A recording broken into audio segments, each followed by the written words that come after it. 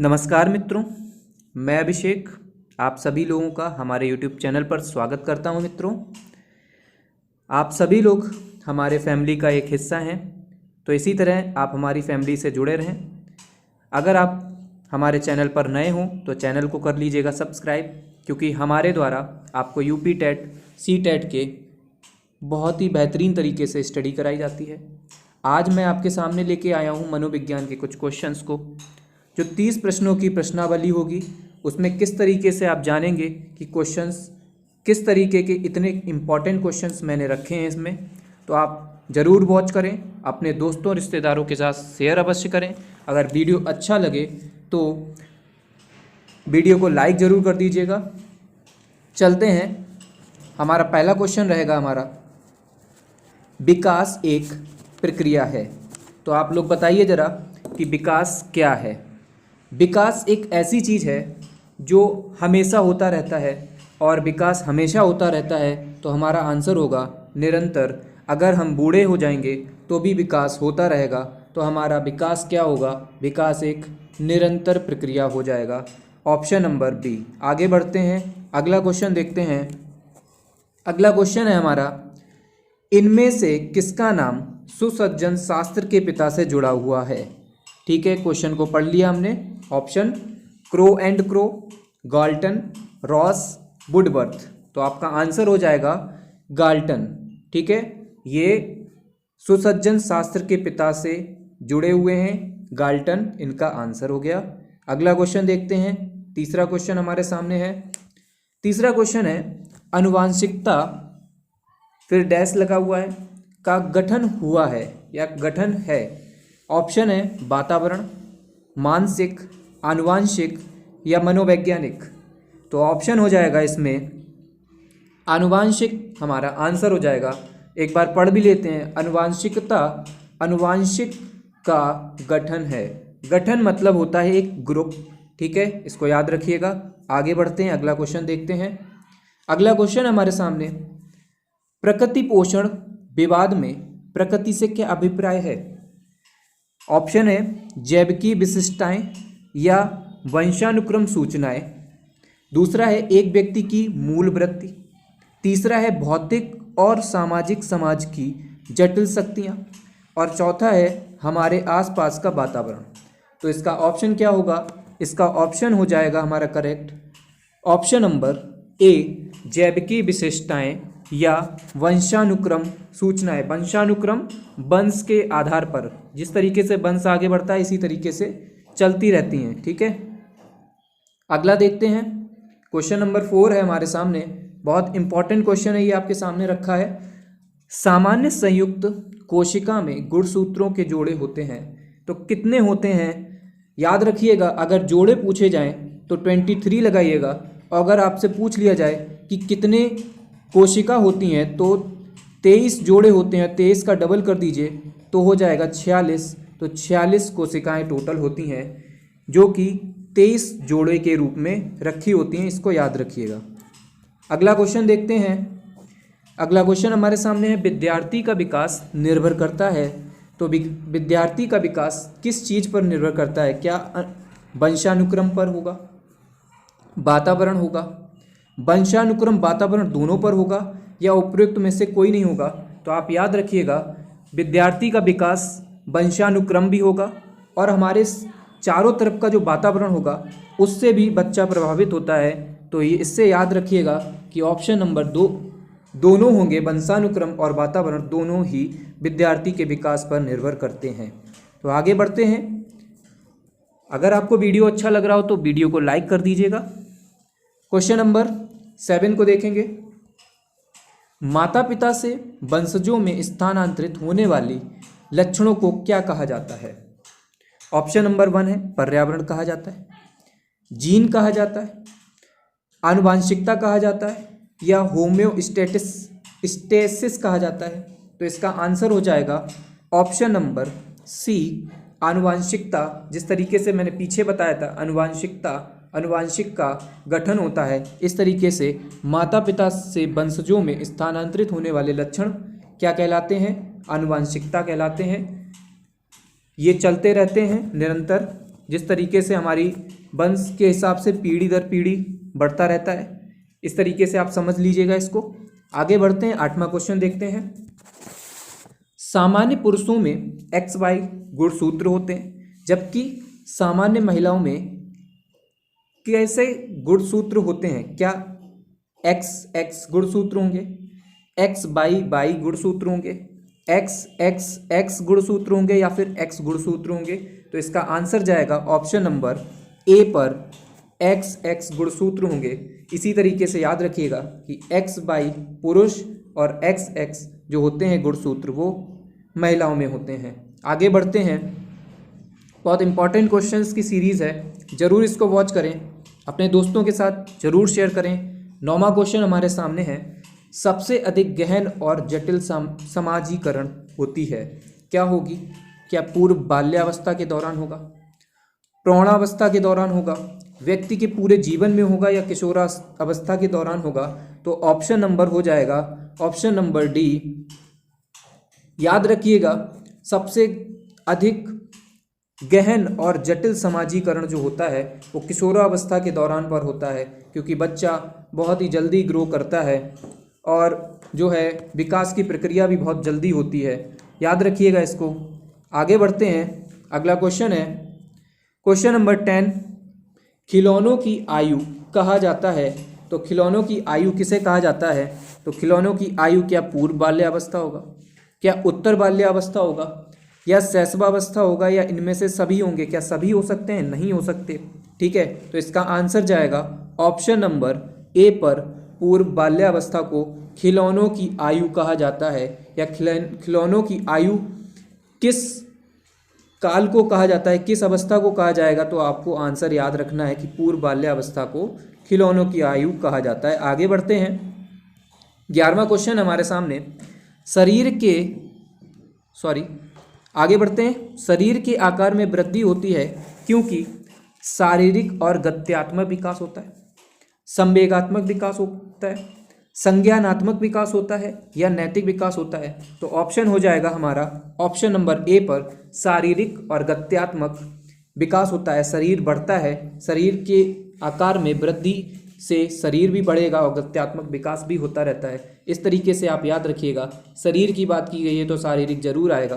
तो आगे बढ़ते हैं, अगला क्वेश्चन देखते हैं, क्या है हमारे सामने क्वेश्चन, शारीरिक विकास का क्षेत्र क्या होगा?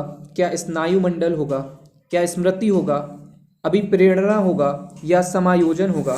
तो इसका आंसर हो जाएगा ऑप्शन नंबर ए, स्नायु मंडल। याद रखिएगा।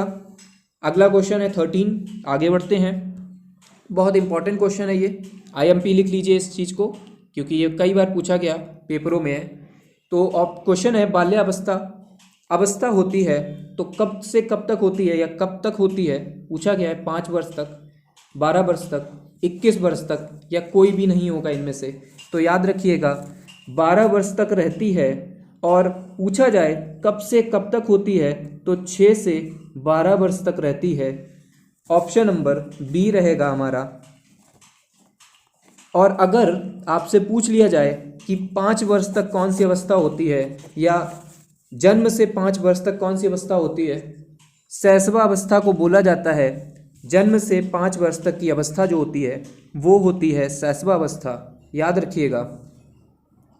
आगे बढ़ते हैं, 14 क्वेश्चन, ये भी अति महत्वपूर्ण क्वेश्चन है, कई बार पूछा गया ये भी क्वेश्चन।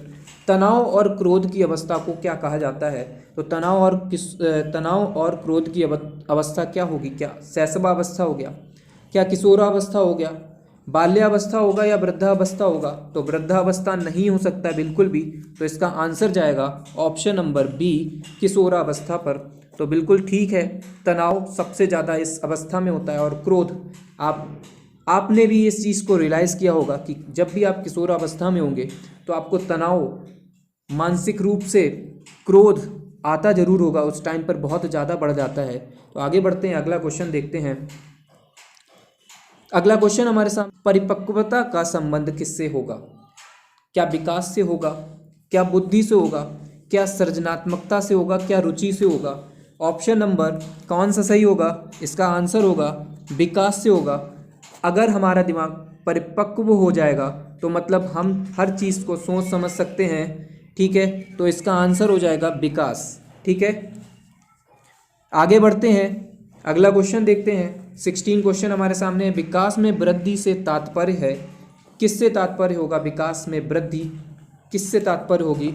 तो ऑप्शन दिए गए हैं, ज्ञान में वृद्धि, संवेग में वृद्धि, वजन में वृद्धि, या फिर ऑप्शन होगा डी, आकार, सोच समझ, कौशल में वृद्धि। तो किसका आंसर होगा? इसका आंसर जाएगा ऑप्शन नंबर डी पर, आकार, सोच समझ, कौशलों में वृद्धि, इसका आंसर हो जाएगा। आगे बढ़ते हैं, अगला क्वेश्चन देखते हैं। 17 क्वेश्चन है। अगर वीडियो अच्छा लग रहा हो तो वीडियो को ज़रूर वॉच करें, ज़रूर शेयर करें, लाइक ज़रूर कर दीजिए। और अगर आपको क्वेश्चंस के आंसर पता थे तो आप ज़रूर कमेंट करके बताएं कैसी सीरीज़ आपको मिल रही है, अच्छा लग रहा है कि नहीं लग रहा है, हमारा कंटेंट अच्छे लग रहे हैं आपको, नहीं लग रहे हैं, ठीक है। आगे बढ़ते हैं, 17 क्वेश्चन को देखते हैं। एक बच्चा ईर्ष्या का प्रदर्शन करता है, किस माह तक ईर्ष्या का प्रदर्शन बच्चा करता है? क्या 6 माह तक होगा, क्या 12 माह तक होगा, 18 माह तक होगा, या 24 माह तक होगा? तो इसका आंसर जाएगा ऑप्शन नंबर बी पर, हो जाएगा 12 माह। और आपको पता नहीं है अगर ईर्ष्या का मतलब, तो ईर्ष्या का मतलब होता है द्वेष, जलन। जैसे जलन की भावना किसी व्यक्ति के अंदर आ जाती है तो वो बच्चे के अंदर कब आती है या कब इसका प्रदर्शन दिखाई देता है लोगों के बीच में? तो वो 12 माह की आयु में दिखाई देता है। आपने देखा ज़रूर होगा कि अगर कोई बच्चा उसकी माँ के पास पहुंच जाता है तो वो बच्चा, दूसरा बच्चा जिसकी माँ है, तो वो बच्चा उससे जो है जलन का या फिर द्वेष का भाव रखने लगता है। इस तरीके से इसको याद रखिएगा। आगे बढ़ते हैं, अगला क्वेश्चन देखते हैं। 6 से 11 वर्ष की आयु वर्ग के छात्रों की आवश्यकता क्या होती है? ऑप्शन है कक्ष में प्रजातांत्रिक वातावरण की, सीखने में स्वायत्तता की, क्रिया आधारित अंतरक्रियात्मक अधिगम की, या उपयुक्त सभी की। तो क्या होगा इसका आंसर? इसका आंसर जाएगा सभी की, क्योंकि कक्ष में प्रजातांत्रिक वातावरण भी चाहिए होता है, सीखने में स्वायत्तता भी चाहिए होती है, क्रिया आधारित अंतरक्रियात्मक अध्ययन भी चाहिए होता है। तो सभी चीज़ें हमें ज़रूरत होंगी बच्चों के लिए, 6 से लेकर के 11 वर्ष की आयु के छात्रों के लिए। आगे बढ़ते हैं, 19वां क्वेश्चन देखते हैं। मानव विकास की व्यवस्था, जिसे सुनहरी अवस्था भी कहा जाता है, अति महत्वपूर्ण क्वेश्चन हम आपके सामने लेके आए हैं। आप इन क्वेश्चंस को पीछे टेट सी-टेट के पेपर में अवश्य देखेंगे। तो देखते हैं इसका ऑप्शन क्या होगा, क्या सही होगा। ऑप्शन पढ़ लेते हैं। शैशवावस्था है, बाल्यावस्था है, किशोरावस्था है, प्रौढ़ावस्था है। तो इसका आंसर क्या जाएगा? इसका आंसर हो जाएगा ऑप्शन नंबर बी, बाल्यावस्था इसका आंसर होगा। अगर पूछा जाए, डायरेक्ट पूछ लिया जाए कि सुनहरी अवस्था किस अवस्था को कहा जाता है, तो बाल्यावस्था होगा। या बाल्यावस्था को किस नाम से और जाना जाता है, तो इसका आंसर हो जाएगा सुनहरी अवस्था। क्वेश्चन कैसा भी पूछा जाए, लेकिन अगर कॉन्सेप्ट आपका क्लियर होगा तो सारे आंसर्स क्लियर हो जाएंगे। आगे बढ़ते हैं, 20वां क्वेश्चन देखते हैं। किस अवस्था में शारीरिक वृद्धि तीव्र होती है? तो इसका आंसर क्या होगा? क्या आरंभिक बाल्यावस्था होगा, शैशवावस्था होगा, किशोरावस्था होगा, या शिक्षा काल होगा? तो 20वें का आंसर हो जाएगा ऑप्शन नंबर बी, शैशवावस्था। ठीक है। अगर पूछा जाए कि शैशवावस्था में शारीरिक वृद्धि कैसी होती है, तो शारीरिक वृद्धि सबसे तेज शैशवावस्था में रहती है। तो याद रखिएगा। 21वां क्वेश्चन कह रहा है हमारा कि एक बच्चे की वृद्धि और विकास के अध्ययन में सर्वाधिक अच्छी विधि कौन सी होगी? क्या मनोविश्लेषण विधि होगी, तुलनात्मक विधि होगी, विकासीय विधि होगी, या सांख्यिकी विधि होगी? क्या होगी? इसका आंसर होगा विकासीय विधि। इस तरीके से आगे बढ़ते हैं। 22वां क्वेश्चन है कि वेटलिफ्टर पहलवानों को आमतौर पर मांसपेशियों और शरीर को पुष्ट बनाना होता है, तो उन्हें किस प्रकार का आहार लेना चाहिए? तो क्या होगा? प्रोटीन होगा, कार्बोहाइड्रेट होगा, वसा होगा, या विटामिन होगा? तो क्या होगा इसका आंसर? इसका आंसर जाएगा प्रोटीन पर। तो याद रखिएगा, वेटलिफ्टर जो मांसपेशी बनाने का काम करता है वो प्रोटीन होता है। प्रोटीन में इतनी पावर होती है कि आपकी बॉडी का शेप, साइज सब कुछ बदल सकता है प्रोटीन। ठीक है। आगे बढ़ते हैं, अगला क्वेश्चन देखते हैं। 23वां क्वेश्चन हमारे सामने है। 23वां क्वेश्चन हमारे सामने क्वेश्चन है, वृद्धि के बारे में क्या चीज़ सही नहीं है? क्या चीज़ सही नहीं है, तो नहीं को देख लीजिएगा। अगर आप नहीं को नहीं देखेंगे तो गलत कर लेंगे। ऑप्शन पढ़ लेते हैं। अभिवृद्धि शारीरिक होती है, अभिवृद्धि मात्रात्मक होती है, मापनीय होती है अभिवृद्धि, या फिर अभिवृद्धि जीवन पर्यंत चलने वाली प्रक्रिया है। तो यही गलत है, बाकी सारे सही हैं, तो ये वाला गलत हो जाएगा। तो एक गलत को ढूंढना था, बस यही हमारा आंसर हो जाएगा। इसको आगे बढ़ते हैं। 24वां क्वेश्चन देखते हैं। 24वां क्वेश्चन हमारे सामने है। विकास शुरू होता है, कहाँ से शुरू होता है? पूर्व प्रसव अवस्था होता है, क्या शैशवावस्था होता है, पूर्व बाल्यावस्था होता है, या उत्तर बाल्यावस्था होता है? तो इसका आंसर होगा ऑप्शन नंबर ए, पूर्व प्रसव अवस्था। याद रखिएगा, विकास शुरू होता है पूर्व प्रसव अवस्था से। ठीक है, आगे बढ़ते हैं। अगला क्वेश्चन है, विकास के मनोसामाजिक सिद्धांत का प्रतिपादन किसने किया है? क्या एरिकसन है, फ्राइड हैं, कोलहर हैं, या वॉटसन है? तो वॉटसन को बोला जाता है कि व्यवहारवाद के जनक होते हैं। इसका आंसर होगा एरिकसन। तो याद रखिएगा, मनोसामाजिक सिद्धांत का प्रतिपादन किया एरिकसन ने। अगला क्वेश्चन देख लेते हैं। अगला क्वेश्चन है 26वां। निरीक्षण विधि में किया जाता है, क्या किया जाता है? अपना अध्ययन, अपने व्यवहार का अध्ययन, दूसरों के व्यवहार का अध्ययन, या व्यवहार विश्लेषण होता है? तो इसका आंसर जाएगा ऑप्शन नंबर सी पर, दूसरों के व्यवहारों का अध्ययन किया जाता है। निरीक्षण का मतलब होता है जांच पड़ताल। तो जांच पड़ताल आप दूसरों के व्यवहार की करेंगे कि अपने व्यवहार की करेंगे? दूसरों के व्यवहार की निरीक्षण करते हैं तो पता चलता है कि उनका आचरण कैसा है, उनकी बात करने का तरीका कैसा है। तो ये सारी चीज़ें दूसरों के व्यवहार के अध्ययन में पता चल पाती हैं। अगला क्वेश्चन है हमारा, स्टैंडे हॉल के अनुसार अधिक तनाव और तूफान की अवस्था होता है। ये चीज़ मैंने पीछे बताई थी अभी कि जैसे तूफान और तनाव के बारे में बात होगी और अवस्था पूछ ली जाए, तो तूफान और तनाव की अवस्था की बात की जाए तो आंसर लगेगा किशोरावस्था। और याद रखिएगा कि स्टैनले हॉल जो हैं वो इसके बारे में बहुत ज़्यादा चिंतित हैं, मतलब इस बारे में बहुत बोलते हैं कि तनाव और तूफान की अवस्था, ये इन्हीं का सिद्धांत है कि तनाव और तूफान की अवस्था किसको बोला जाता है? किशोरावस्था को बोला जाता है। या फिर अगर पूछा जाए क्वेश्चन कि तनाव और तूफान की अवस्था का सिद्धांत किसने दिया, तो स्टैनले हॉल ने दिया। याद रखिएगा। आगे बढ़ते हैं। हमारा 28वां क्वेश्चन है, आगे है 28वां क्वेश्चन। बालक के व्यक्तिगत अध्ययन को मनोवैज्ञानिक विधि कहा गया है, कि मनोवैज्ञानिक विधि है। दोबारा से पढ़ते हैं क्वेश्चन को। बालक के व्यक्तिगत अध्ययन की मनोवैज्ञानिक विधि क्या है? रेटिंग स्केल, प्रश्नावली, केस स्टडी, या प्रयोगात्मक विधि? क्या होगा इसका आंसर? तो आंसर होगा केस स्टडी। केस स्टडी मतलब एक पैराग्राफ दे दिया जाता है और एक पैराग्राफ से कुछ क्वेश्चंस पूछ लिए जाते हैं, तो उसके आंसर आपको देने होते हैं। इस तरीके का केस स्टडी होती है, तो याद रखिएगा। आगे बढ़ते हैं, अगला क्वेश्चन देखते हैं। 29वां क्वेश्चन है, मनोसामाजिक सिद्धांत निम्नलिखित में से किस पर बल देता है? क्या उद्दीपन या प्रतिक्रिया होगा, लिंगीय व प्रसुप्ति स्तर होगा, उद्यम के मुकाबलों में हीनता स्तर होगा, या क्रिया प्रसूत सक्रिय अनुबंधन होगा? तो क्या होगा इसका आंसर? इसका आंसर जाएगा ऑप्शन नंबर सी पर, उद्यम के मुकाबले में हीनता स्तर। याद रखिएगा, ये अंतिम क्वेश्चन है हमारा। और अंतिम क्वेश्चन बताने से पहले मैं आपसे चाहता हूँ, विनती कर रहा हूँ कि अगर वीडियो अच्छा लग रहा हो तो वीडियो को लाइक कर दीजिए, कमेंट करिए, अपने दोस्तों के साथ शेयर अवश्य करिए, और हो सके तो हमारे चैनल को सब्सक्राइब कर लीजिए। आगे बढ़ते हैं। हमारा 30वां क्वेश्चन है। 30वां क्वेश्चन देख लेते हैं। निम्नलिखित में से कौन सा वृद्धि और विकास की सिद्धांत में से संबंधित नहीं है? निरंतरता का सिद्धांत होगा, क्या वर्गीकरण का सिद्धांत होगा, क्या संवयन का सिद्धांत होगा, या व्यक्तिगतता का सिद्धांत होगा? तो इसका आंसर होगा ऑप्शन नंबर बी, वर्गीकरण का सिद्धांत नहीं आएगा, बाकी सभी आएंगे।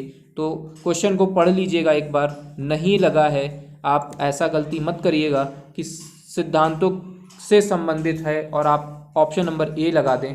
आपको पता होगा कि ये सब सिद्धांत हैं, तो पहला ऑप्शन ही आप पढ़ लें और आंसर टिक कर दें। ठीक है, याद रखिएगा इस चीज़ को। आगे आने वाले एग्जाम में ये क्वेश्चंस इतने इंपॉर्टेंट होंगे आपके, 1-2 क्वेश्चन जरूर आएंगे, तो इस वीडियो को वॉच अवश्य करें और अपने दोस्तों के साथ शेयर करें। अगर पिछली वीडियो को आपको देखना है तो हमारी प्लेलिस्ट में जाकर के देख सकते हैं। हमारे द्वारा बहुत सारे सब्जेक्ट स्टार्ट कर दिए गए हैं, डिस्क्रिप्शन में लिंक दे दी गई है, आप जा कर के देख सकते हैं। अगर आपको पीडीएफ चाहिए तो कमेंट करके ज़रूर बताइए, कमेंट करेंगे तब मुझे पता चलेगा कि आप लोगों को वीडियो चाहिए। चलिए मिलते हैं अगले वीडियो में, तब तक के लिए बाय।